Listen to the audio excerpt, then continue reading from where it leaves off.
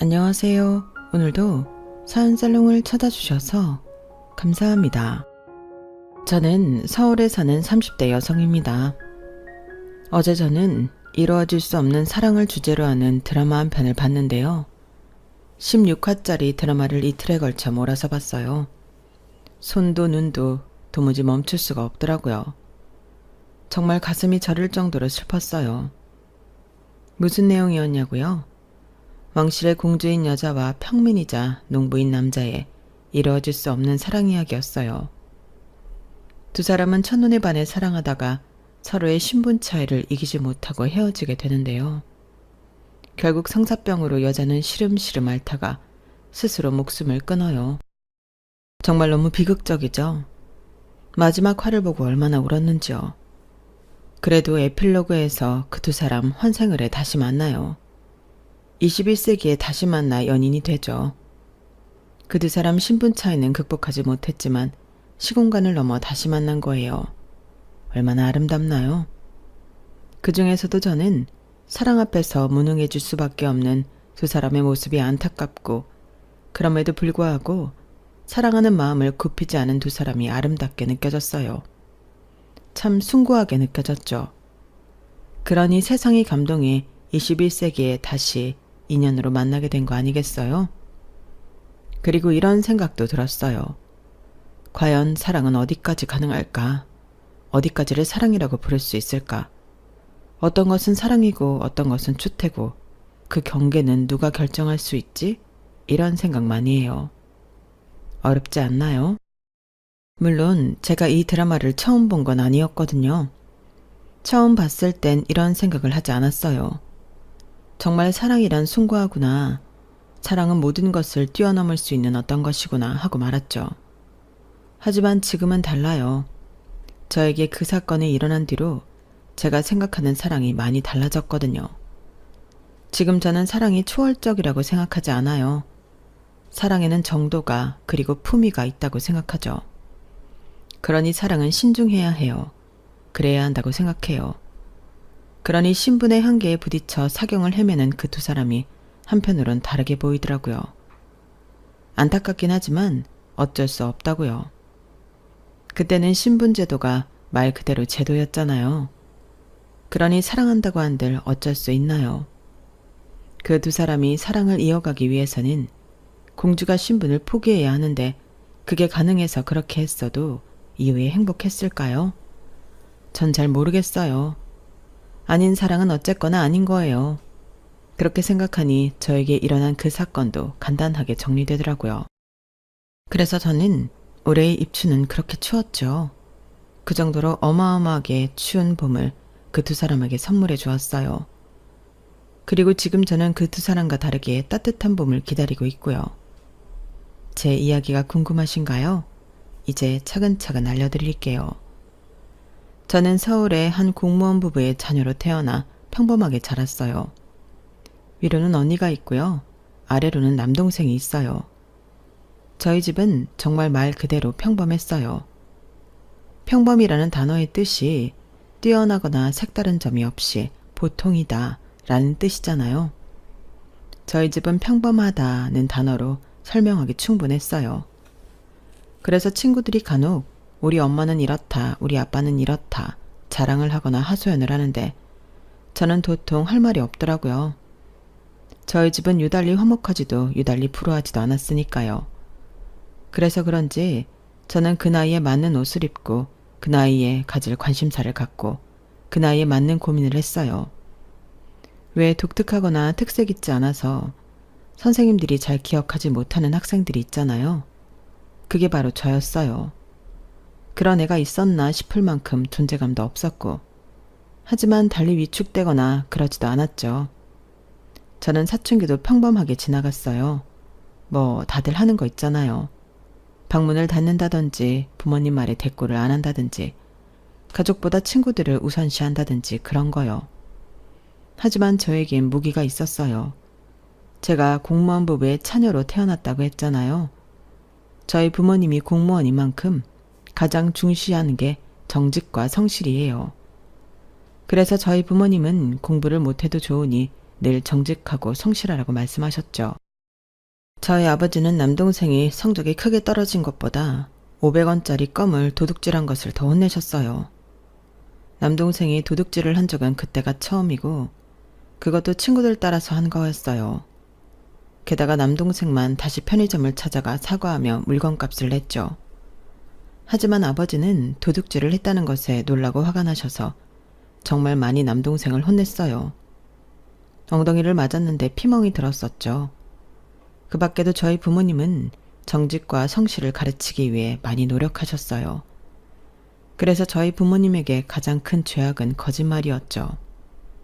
그래서 저희 삼남매는 들키지 않았을지 모르지만 거짓말을 한 적이 없어요. 언니는 성인이 되어서 잠깐 흡연을 했는데 그것도 자진 고백했죠. 저도 성인이 되어 친구들과 1박 2일 여행을 갈 때마다 부모님께 이야기를 했어요. 물론 처음엔 안 좋아하셨지만요. 그런 성실함이 대학교에서 큰 빛을 발휘했어요. 언니는 대학생 때 공부를 잘해서 교수님의 스카웃으로 대학원까지 갔고요. 지금은 학생들을 가르쳐요. 저도 대학교에서 좋은 성적을 유지해 23살에 대학교를 졸업하기도 전에 은행에 취직했어요. 그리고 제 남동생은요, 화학과를 나왔는데 성실하게 공부한 끝에 여수에서 연구원으로 있어요. 저희 삼남매는 평범함 속에서 정직과 성실을 유지해 부지런하게 자신의 일을 한 결과 좋은 자리에 좋은 일꾼이 되었죠. 저희 부모님은 그런 저희 삼남매를 자랑스러워하세요. 물론 그 이유는 좀 다르지만요.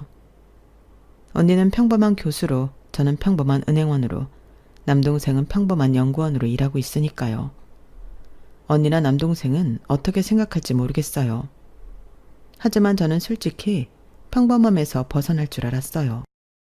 은행에 취직한 이후 동기생들보다 빠르게 승진해 좋은 위치에서 많은 걸 누릴지도 모른다고 생각했죠. 하지만 평범함의 굴레는 생각보다 빡빡하더라고요. 저는 동기생들과 비슷하게 승진해 동기생들과 비슷한 성과를 내는 은행원이었어요. 하지만 불만은 없었어요. 저는 이런 평범함이 좋았어요. 다사다난한 인생은 제 취향이 아니었죠. 저는 지금의 제 삶이 좋았어요. 제 또래와 비슷한 생각을 하고 비슷한 취향을 갖고 비슷한 관심사를 갖고 비슷한 수준의 비슷한 벌이에 또래보다 뒤처지지도 앞서 나가지도 않는 그런 삶 말이에요. 그리고 앞둔 미래도 마찬가지였어요. 또래와 비슷한 때에 결혼을 해 아이를 갖길 바랐죠. 하지만 문제가 있었어요. 제가 평범하지 않은 분야가 있었죠. 바로 연애예요. 저는 남편을 만나기 전까지 연애를 해본 적이 없어요. 모두 썸에서 끝이 났죠.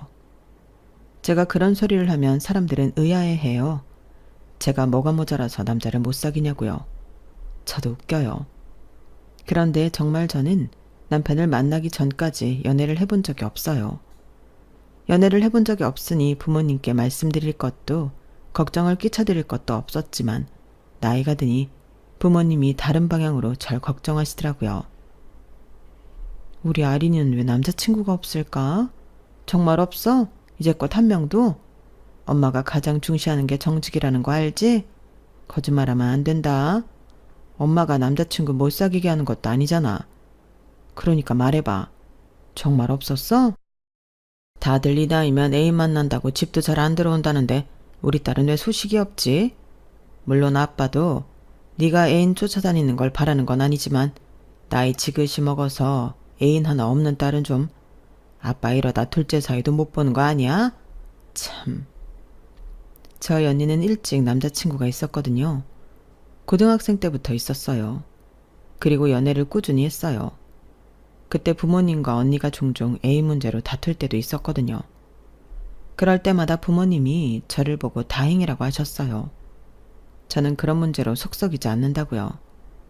그런데 막상 제가 20살이 넘어서도 남자친구 소식이 없으니까 불안하고 걱정이 되신 모양이에요.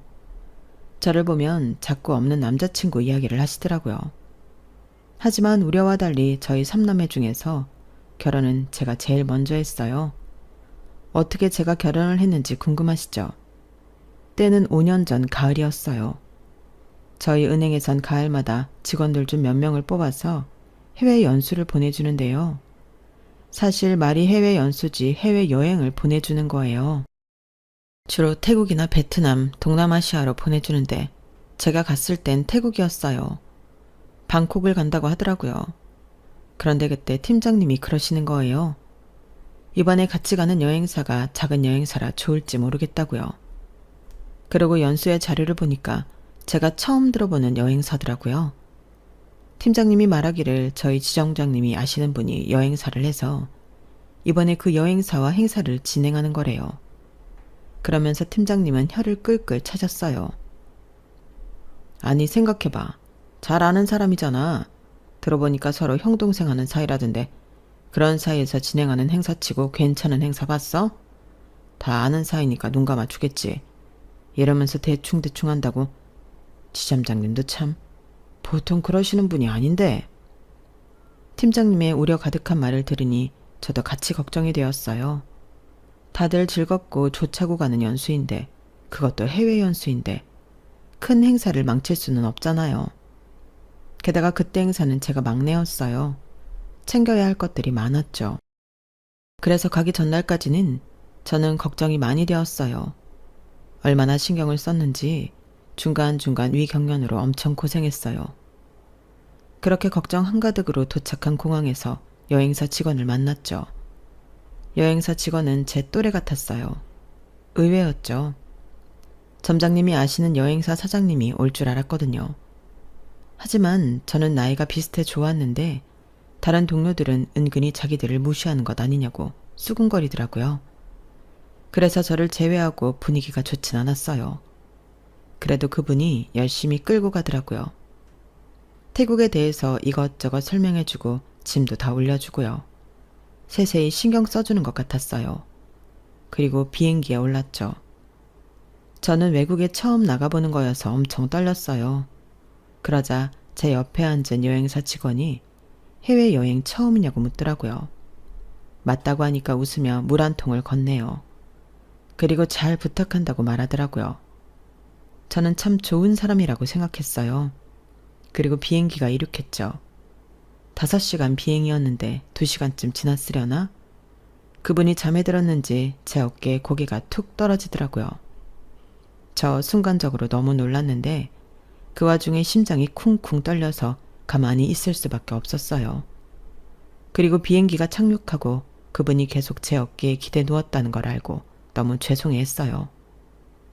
제가 괜찮다고 말했고 전 그 이후 3박 5일 동안 그분을 의식했어요. 계속 눈이 그분을 쫓아다녔어요. 깔끔한 외모, 키는 좀 작은 듯 싶지만 건강한 몸, 낮은 목소리, 게다가 어른들에게도 잘하고 설명도 빠짐없이 해주고 세세하고 섬세한 모습이 눈에 띄었어요. 그래서 저는 순식간에 사랑에 빠졌죠. 저는 그분을 눈으로 쫓느라 음식이 입에 맞는지 무슨 음식이 나왔는지 제가 뭘 마시고 있는지 하나도 알 수가 없었어요. 그러다 2번째 일정에 제가 배앓이를 한 거예요. 물을 잘못 마신 것 같았어요. 태국이나 동남아는 물을 조심해야 한다고 그분이 말했는데 제가 조금 방심한 모양이에요. 그래서 그날은 호텔에 있으면서 요양을 해야 했어요. 그날 그분이 와서 제게 약을 줬어요. 그리고 간단히 먹을 빵을 챙겨주었죠. 그리고 저는 그 빵을 겨우 먹었어요. 그리고 약을 먹고 내내 잤죠. 그리고 다음날 제 몸은 괜찮아졌어요. 아직 음식을 입에 대는 게 겁이 났지만 몸이 가뿐하고 좋았어요. 그리고 아침에 그분이 제가 있는 호텔방으로 왔더라고요. 몸은 괜찮냐고 물었어요. 그래서 가뿐하다고 말했어요. 그러니 다행이라며 웃는데 저는 그 미소에 또 반해버릴 것 같았어요. 그리고 제가 없는 사이 무슨 일이 있었나 봐요. 배를 타는 일정이었는데 강물 수위가 너무 낮아서 배가 움직이질 않더래요. 그래서 그분이 배를 돌리라고 가이드에게 말해서 배를 돌렸어요. 그런데 환불을 못 해준다고 했다나 봐요. 합의하에 돌린 거니 돌려주지 못하겠다고요. 그래서 그렇게 온화하던 그분이 화를 내면서 어떻게 그게 가능한 일이냐. 애초에 무리한 일정이었다라고 항의했어요. 그래서 환불금을 받아냈어요. 그리고 그분은 저희 직원들에게 너무 미안하다고 했어요. 인솔자로서 자기가 미리 파악하고 조정했어야 했는데 귀간 시간을 빼앗은 것 같아 죄송하다고요. 그 태도에 저희 직원들 모두 그분을 보는 시선이 달라졌어요. 정말 책임감 있고 좋은 분이라며 속닥속닥 말을 했죠. 그렇게 좋은 분위기로 남은 일정을 소화하고 비행기를 타고 한국으로 돌아왔어요. 공항에서 식사를 하고 그분께서 마지막 말을 하기까지 제가 얼마나 안절부절 못했는 줄 아세요? 다시는 못 볼까 싶어서요. 그래서 그분께서 이야기를 하고 함께 간 동료들과 뒤돌아가다가 탁탁탁 뛰어가 그분을 잡았어요. 그분이 어리둥절한 표정을 짓더라고요. 그래서 제가 번호를 알 수 있냐고 물어봤어요. 그분이 웃으면서 고개를 끄덕였고 번호를 줬어요. 그리고 뒤를 돌아 동료들에게 가는데 동료들 표정이 정말 저를 놀리고 싶어 안달이 난 표정이더라고요.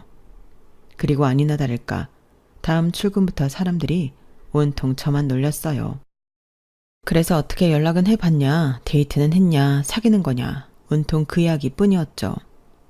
하지만 전 아무 말도 할 수 없었어요.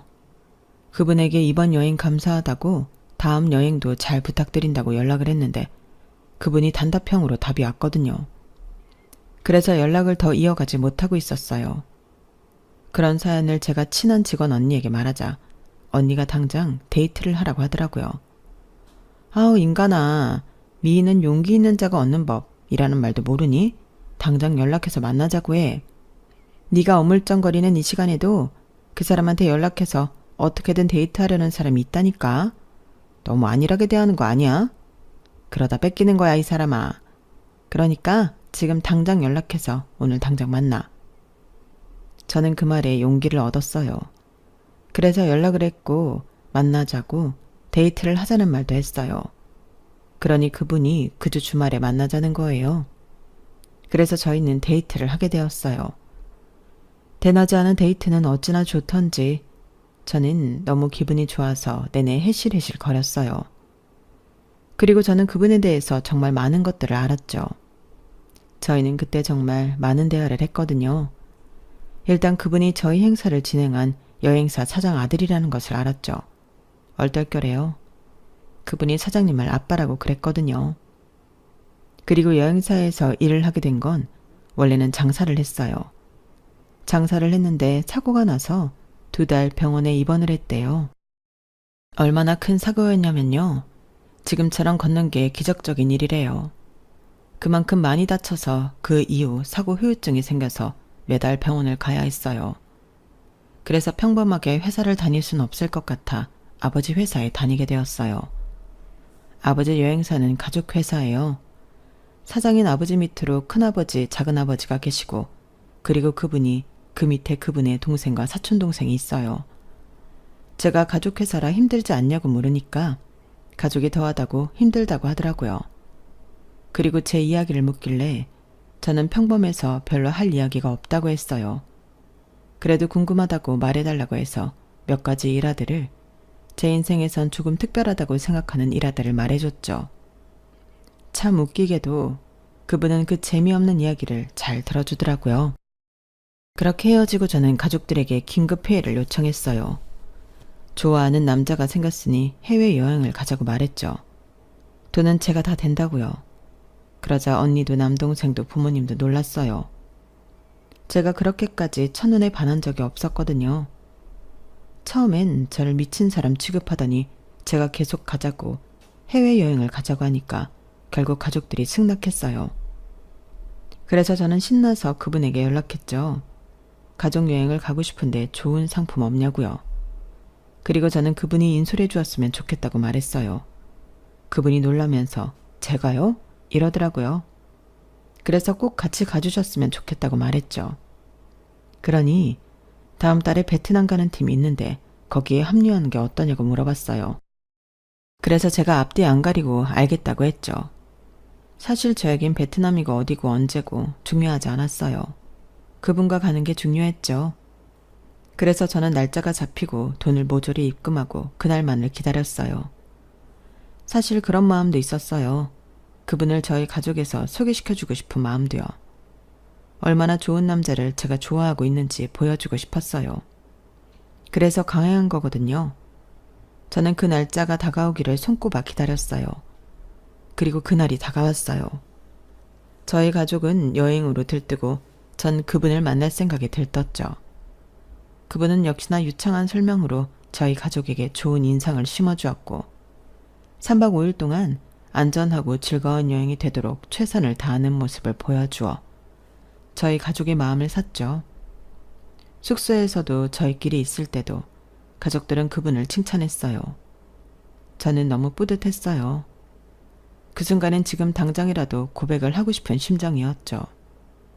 하지만 그 마음을 참고 참아 마지막 날 공항에서 헤어지고 그분을 불러 고백했어요. 그리고 그분은 연락하겠다고 했어요. 저는 내내 연락을 기다렸죠. 딱 닷새 만에 연락이 오더군요. 알겠다고요. 그렇게 저희는 연인이 되었어요. 처음 해보는 연애는 왜 이제 했는지, 아니, 왜 이제서 이 사람을 만났는지 한탄스러울 정도로 좋았어요. 매 순간 매 데이트가 손발이 저릿거렸죠. 그런 상태가 2년을 만났는데도 계속되었어요. 맞아요. 저희는 2년을 만났어요. 저는 2년이 되어 결혼 적정기가 되자 그분에게 은근히 눈치를 줬어요. 결혼하자고 말이에요. 그런데 그분이 이런 말을 하는 거예요. 자기는 결혼이 너무 무섭다고요. 그러면서 자기 가족 이야기를 해주는데 그건 처음 듣는 이야기였거든요. 사실 자기 가족이 재혼 가정이래요. 친어머니는 학교에서 수학 선생님이었는데 아버지와 결혼을 하고 학교를 나오셨다가 남자친구가 초등학교 5학년에 이혼해 다시 교직 생활을 하고 있어요. 친어머니와는 초등학교 5학년 때 헤어지고 한 번도 만난 적이 없었죠. 그리고 아버지는 남자친구가 중학생 때 재혼을 해 지금 가족을 이루었어요. 그런데 불행하게도 새어머니가 남자친구가 21살이 되었을 때 돌아가셨죠. 그런 경험이 있다 보니 남편은 가족을 꾸리는 게 무섭다고 하더군요. 하지만 제 생각은 달랐어요. 우리는 다를 수 있다고 생각했죠. 우리가 만든 가족은 행복할 거라고 장담했어요. 저는 제 생각을 꾸준히 남자친구에게 이야기했고 저는 매번 청혼을 했어요. 그리고 결국 남자친구는 제 청혼을 받아들였죠. 그렇게 저희는 결혼을 하게 되었어요. 축복 속에서 결혼식을 했죠. 신혼여행도 시아버지의 권유에 따라 유럽으로 20일 동안 배낭여행을 다녀왔어요. 이제까지 아껴둔 연차를 모조리 쓰는 건 좀 아쉬웠지만 그래도 좋은 경험이었어요. 행복한 시간이었죠. 그리고 저는 좋은 며느리가 되고 싶어서 열심히 노력했어요. 더욱이 남편에게 남편 가족 이야기를 들으니 시아버지가 참 안 되셨더라고요. 그래서 혼자 지내시는 시아버지를 자주 찾아뵙고 식사도 하고 커피도 마시고요. 애교도 부리고 좋은 며느리가 되려고 했어요. 그리고 시아버지도 그런 저의 노력을 잘 봐주셨고요. 저희 시아버지가 정말 좋은 분이거든요.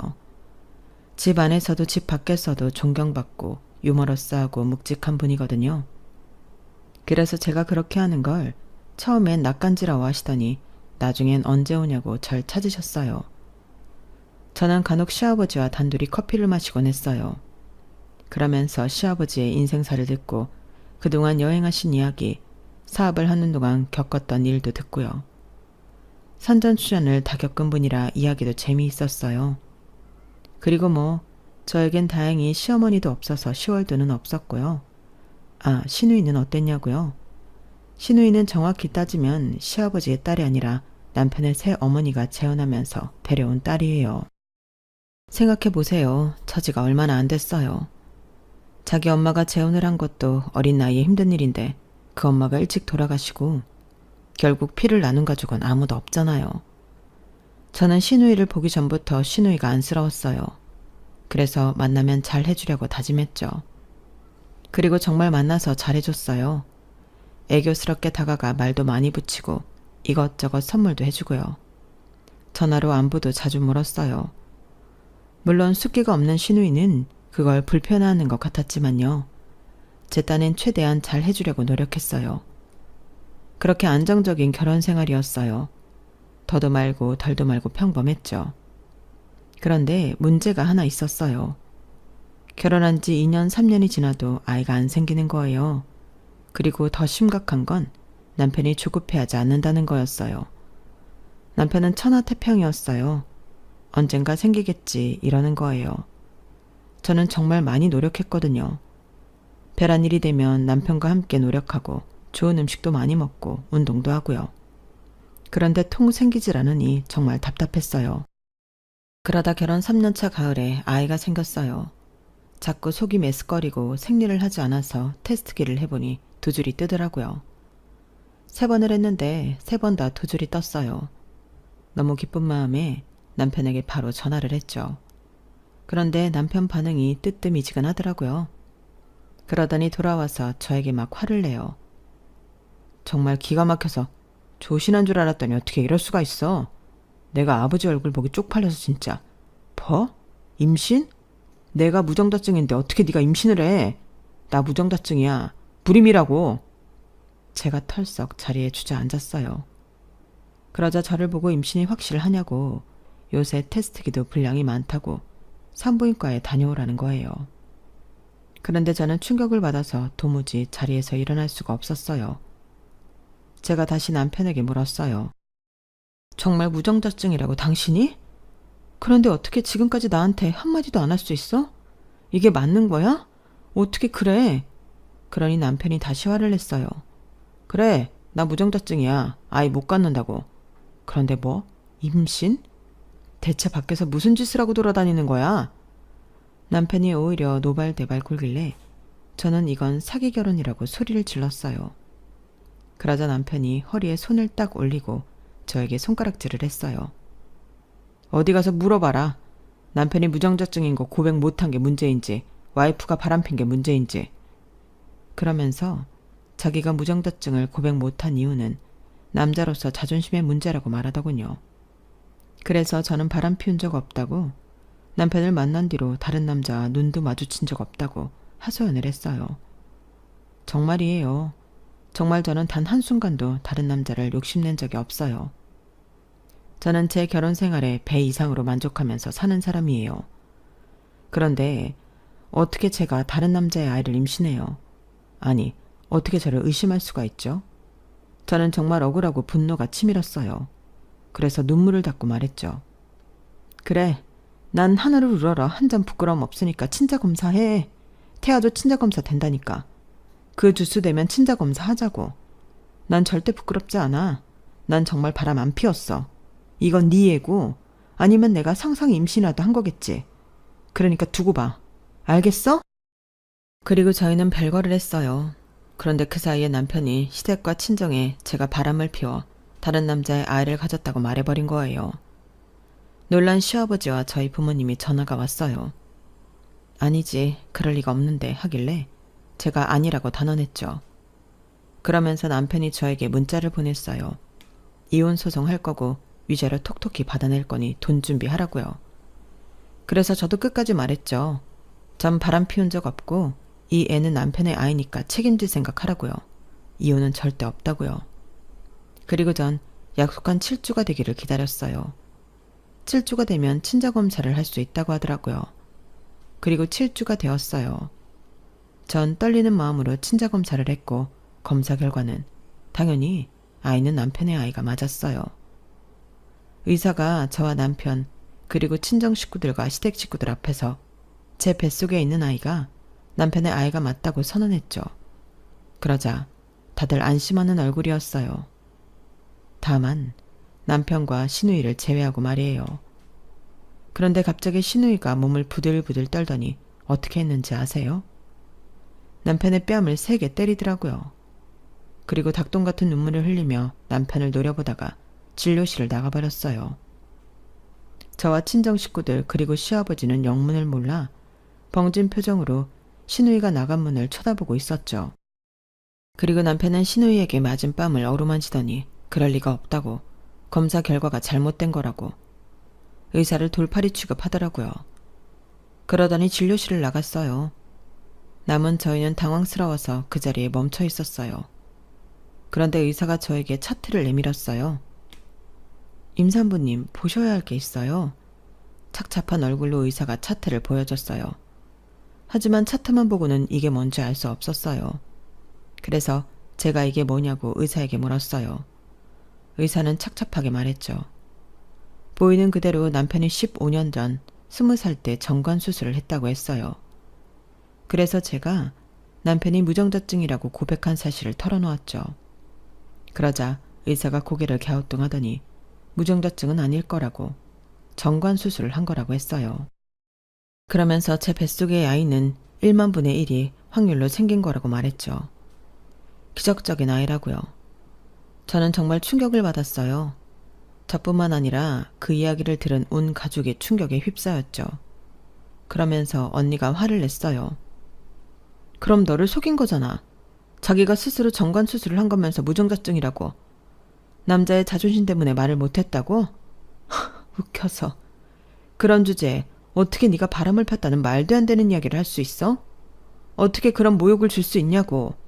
너 당장 이혼해. 위자료는 우리가 네가 받아야 하는 거라고. 그러면서 언니는 아이도 지우라는 말을 했어요. 그런 자식의 아이는 필요 없다고요. 그래서 그 말을 듣고 저는 하염없이 울었어요. 언니의 말이 틀린 것 하나 없지만 정말 아이를 지우고 싶지 않았어요. 저는 몰랐는데 제가 아이를 그토록 원했나 봐요. 아이를 지키고 싶더라고요. 제 가족도 지키고 싶고요. 그래서 낙태 수술을 예약하지 않고 모두 각자의 집으로 갔어요. 그런데 집에 남편이 없더라고요. 한참을 기다리다가 남편 회사로 갔어요. 아니나 다를까 남편이 회사에서 술을 마시고 있더라고요. 소주를 4병이나 마신 상태였어요. 남편의 주량을 훨씬 넘겼죠. 저는 제 뱃속의 아이가 남편의 아이라는 게 그토록 충격적인 건가 싶어서 좀 상처받았어요. 그리고 제가 남편에게 다가가자 남편은 저를 올려다보더니 눈물을 흘려요. 한참을 아무 말이 없다가 몇 번 더 소주를 입에 털어 넣었어요. 그리고 입을 열더라고요. 그런데 뭐라고 하는 줄 아세요? 아이 지우면 안 될까? 그렇게 말하면서 우는 거예요. 저는 남편의 그 말에 좌절할 것도 같았지만 일단 물었어요. 왜 아이를 지우길 바라는지, 그 어린 나이에 정관수술은 왜 한 건지. 그러자 남편은 한숨을 푹푹 쉬더니 자기 이야기를 하기 시작했어요. 남편이 재혼 가정인 건 전에 말씀드렸죠. 남편은 사실 시아버지가 재혼을 하는 게 무척 두려웠대요. 시아버지는 예쁜 여동생도 생기는 일이라며 남편을 달래주었지만 여동생이 생기는 것도 남편은 원하지 않았죠. 차라리 시아버지가 평생 혼자 살길 바랐어요. 새 어머니라는 게 그렇잖아요. 계모라고 하죠. 남편은 자기에게 펼쳐질 미래가 좀 두려웠어요. 계모에게 괴롭힘을 당하는 자신의 모습이 걱정되었죠. 전혀 행복하지 않을 것 같았어요. 남편은 시아버지를 원망했어요. 친어머니랑 살 때 집은 냉랭했어요. 두 분이 차라리 싸우기라도 하는 날엔 좀 사람 사는 집 같았죠. 하지만 나머지 날엔 차갑고 살얼음 판이었어요. 남편은 집에서 늘 등골이 오싹했죠. 그래서 이혼을 한다고 해서 다행이다 싶었어요. 차라리 잘 되었다 싶었죠. 그런데 또 결혼이라뇨. 남편은 시아버지를 이해할 수 없었어요. 한 번의 실패는 또 다른 실패를 낳을 뿐이라고. 남편은 시아버지는 결혼에 적합한 인물이 아니라고 생각했죠. 왜냐하면 사업에만 집중하는 사람이라 집안일엔 거의 신경을 안 쓰는 사람이거든요. 하지만 어린애 생각을 읽을 수 있는 시아버지도 아니었고 읽었다고 하더라도 본인 의지를 꺾으실 분이 아니에요. 그리고 애초에 남편도 싫다고 재혼하지 말라고 말하는 성격도 아니고요. 그래서 시아버지는 괜찮겠구나 생각하고 재혼을 하셨어요. 그때 남편의 나이가 15, 시누이의 나이가 12살이었어요. 한 패밀리 레스토랑에서 처음 만났어요. 남편은 거기서 본의 아니게 싫은 티를 많이 냈어요. 밥도 제대로 안 먹고 물어도 단답식으로 대꾸하고요. 그래서 분위기가 좋지 않았어요. 하지만 그럼에도 시아버지는 결혼을 밀어붙였죠. 결혼식은 하지 않았고 언젠가부터 시아버지 집으로 새어머니가 짐을 옮겨 시누이를 데려와 살았어요. 시누이는 남편의 맞은편 방이었죠. 하지만 그들은 1년이 넘어서도 제대로 된 대화 한 번을 하지 않았어요. 그러다 새어머니가 암에 걸린 거예요.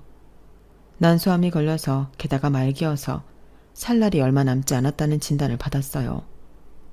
신우이가 너무 울어서 탈진을 하고 밤새 잠을 자지 못했어요. 그때 남편은 신우이가 안쓰러웠고 잘해주고 싶은 마음이 들었어요. 신우이가 탈진할 정도로 울고 밥을 제대로 먹지 못하는 건 홀로 남겨질 두려움 때문이라는 걸 남편도 모르지 않았으니까요. 그래서 남편이 신우이의 가족이 되고 싶었던 거예요. 그래서 밥돈을 같이 먹고 챙겨주고 교복도 다려주고 숙제도 도와주고 정말 오빠가 되기 위해 노력했어요. 그리고 신우이는 외로웠던 걸까요? 쉽게 남편의 마음을 받아주었어요. 그래서 이 둘은 둘도 없는 친한 사이가 되었어요. 하지만 문제는 이 둘이 피로 느낄 수 있는 가족이 아니라는 데 있었어요. 자꾸 가족이가, 그것도 사랑이지만 묘한 기류를 흘렀죠. 남편과 신우이는 서로를 가족 이상으로 사랑했어요. 그렇게 되어버린 거예요. 신체적 반응이라고 하죠. 사랑하면 남자든 여자든 그렇잖아요. 그렇게 되어버려서 남편은 남몰래 앓고 자신을 질책하다가 신우이도 같은 마음이라는 걸 알아차린 순간 폭발해버렸어요. 그리고 그들은 17년 동안 부적절한 관계를 맺었어요. 남편은 그 이야기를 하며 자기는 정말 동생을 사랑한다고 말했어요. 그리고 실은 남남이지 않냐고요. 각자 친부모가 다른데 뭐 어떠냐고요. 그래서 제가 정색을 하며 호적으로는 남남이 아니지 않냐고 말했어요. 그러니 남편이 더 이상 말이 없더라고요. 그래서 제가 물었어요. 정관수술은 왜 한 거냐고요. 그러자 남편은 이렇게 말해요. 나 아이가 생기면 그 아이가 나를 죽인대. 고등학생 때 만난 애가 무당 딸이었는데 어느 날 나를 보더니 그 이야기를 하더라. 내가 아이를 가지면 그게 딸이든 아들이든 날 죽일 거라고. 나는 아이를 가지면 안 되는 사주라고. 그리스 로마 신화 오이디푸스 얘기 알지? 왜 나를 죽인 사람이 알고 보니 나의 아들이었다는 이야기 말이야. 그게 내 최후라고 하더라. 그래서 정관수술 했어. 너무 무서워서. 하지만 전 그게 전부일 거라 생각하지 않았어요. 그래서 다시 물었죠. 그러자 남편이 한숨을 푹푹 쉬었어요. 맞아. 그것도 있는데 다른 이유도 있어. 그게 지수가 아이를 가지면 죽겠다고 해서. 당신도 알잖아. 걔가 얼마나 가족에 대한 기대도 없고, 아니 가족에 대해 두려워하는지. 그래서 혹시 몰라서 정관수술 한 거야. 저는 기가 막혔어요. 그러니까 사실 따지고 보면 정관수술을 한 이유는 신우이 때문인 거예요. 그리고 저는 차근차근 기억이 떠올랐어요. 남편이 인솔자로 해외 출장을 갈 때마다 신우이가 따라갔거든요. 그리고 그뿐이게요.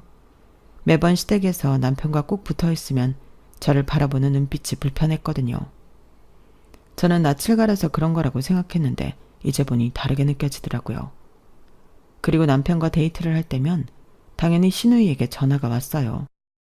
그리고 같이 데이트할 때도 있었고요. 같이 데이트할 때 남편 옆에 신우이가 찰싹 붙어 있었어요. 저는 사이좋은 남매이니 이상하게 생각하지 않았는데 이제 보니 도가 지나쳤네요. 그런데 이상했어요. 신우이는 매번 남자친구가 있었거든요. 데이트한다고 나가는 것도 자주 봤고요.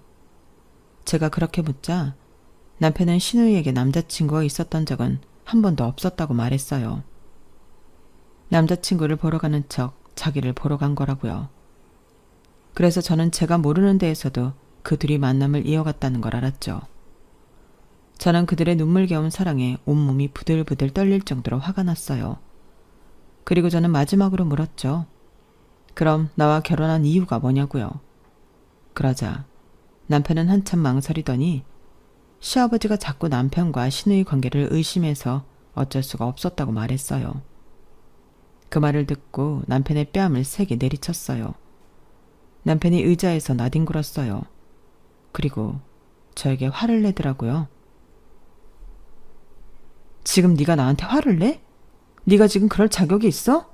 지수한테는 이렇게 화냈니? 안 냈지? 버러지 같은 놈.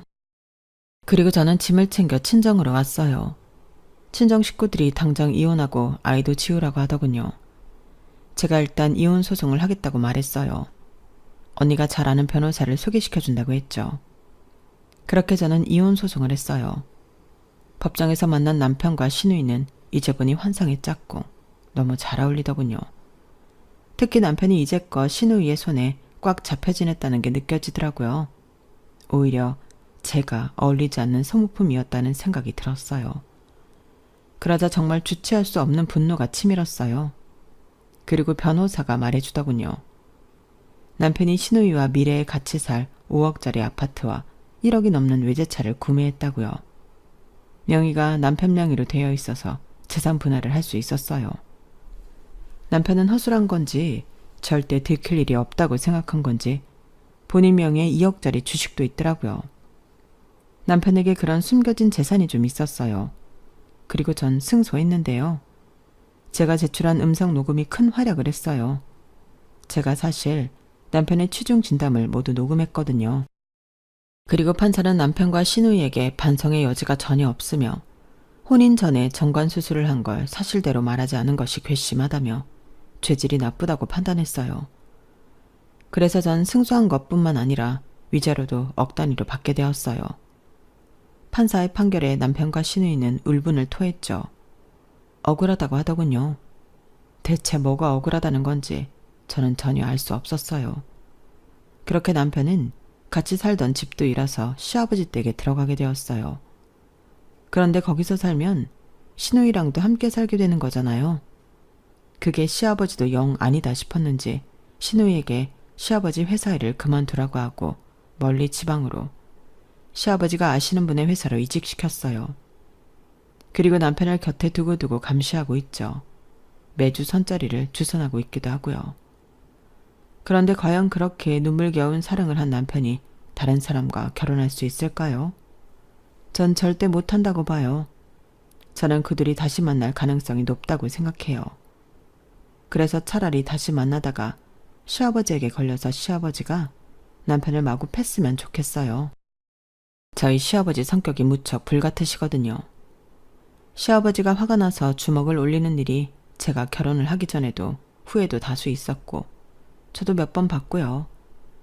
사실 남편과 시누이의 관계를 알게 된 날엔 시댁에선 육탄전이 벌어졌어요.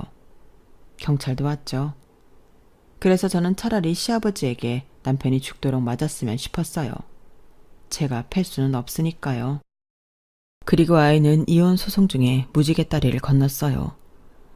자신의 처지를 알았는지 하는 생각에 가슴이 미어지도록 슬펐지만 태어난 아이에게 아빠를 소개할 자신도 없었어요. 몸을 회복한 뒤에 회사로 갔죠.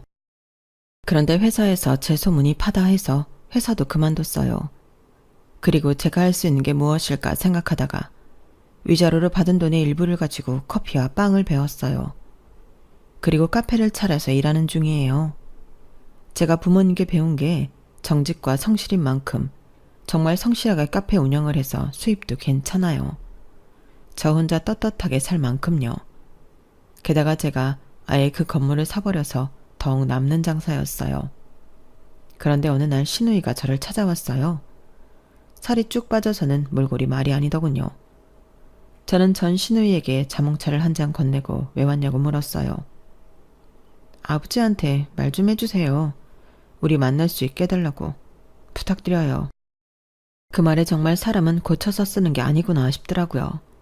그래서 제가 일어나 자몽차를 다시 가져갔어요.